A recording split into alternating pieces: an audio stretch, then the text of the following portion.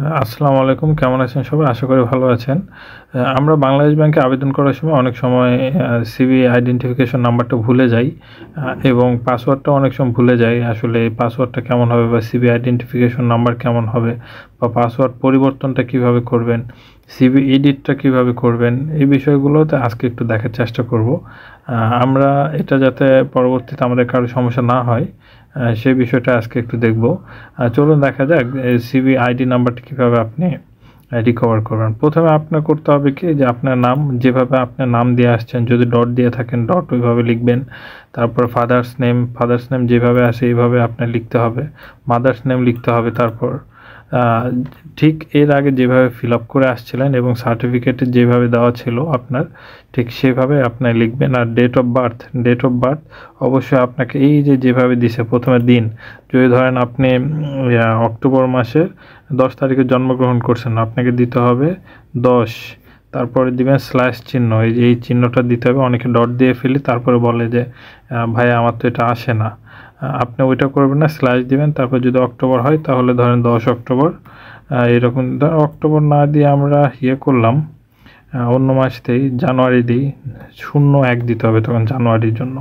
তারপর আবার স্ল্যাশ দিতে হবে। ধরুন আপনার জন্ম 1997 সালে, তখন দিতে হবে 1997, এভাবে দিতে হবে। এবার মনে রাখবেন যে আপনার কখনো এখানে সিঙ্গেল ডিজিট দেওয়া যাবে না। যদি 10 হয় তখন 10 লিখতে হবে।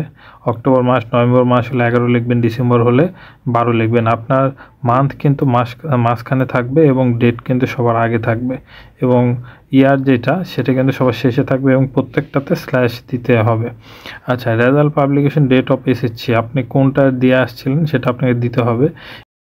এটা পাওয়ার একটা সহজ বিষয় হচ্ছে যে আপনার মার্কশিট যেটা আছে, মার্কশিটে ওখানে দেখবেন যে নিচের দিকে লেখা আছে আপনার কবে রেজাল্টটা পাবলিশ করা হয়েছে আপনার বোর্ড থেকে, সেটা। এবং অনার্স মাস্টার্স সেখানেও একই সিস্টেম দিয়ে তারপরে এটা সাবমিট করবেন। সাবমিট করলে এখানে আপনাকে এই সিভি আইডেন্টিফিকেশন যে নাম্বারটা, এটা আপনি শো করতে পারবেন, কোনো সমস্যা নাই।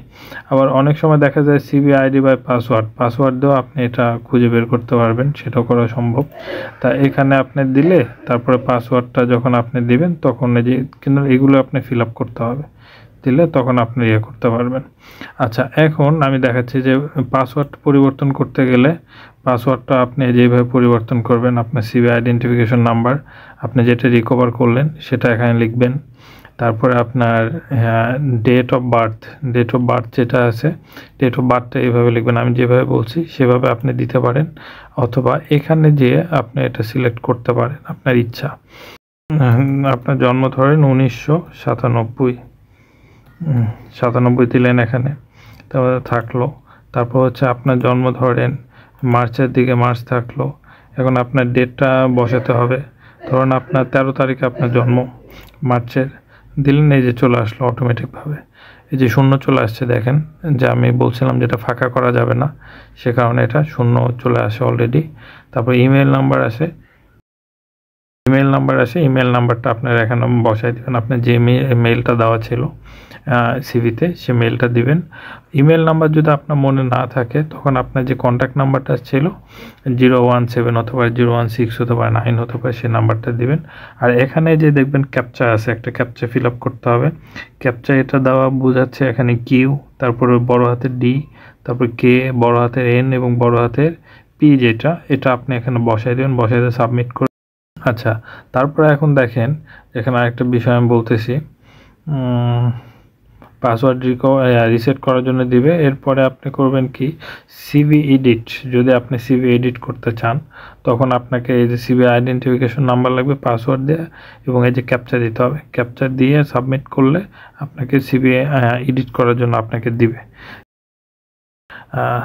এখন এরপরে যদি আপনাদের কোনো কনফিউশন থাকে এইসব বিষয়ে, আপনি আমাকে জানাতে পারেন কমেন্ট করে, আমি আপনাদের সমাধান দেওয়ার চেষ্টা করব। সবার জন্য শুভকামনা থাকলো। আজকের ভিডিও এ পর্যন্তই। পরবর্তী নতুন কোনো ভিডিও নিয়ে চলে আসব। আপনার যদি কোনো উপকার হয়ে থাকে আপনার চ্যানেলটা সাবস্ক্রাইব করবেন এবং শেয়ার করবেন। সবাই ভালো থাকেন, সুস্থ থাকেন। আল্লাহ হাফেজ।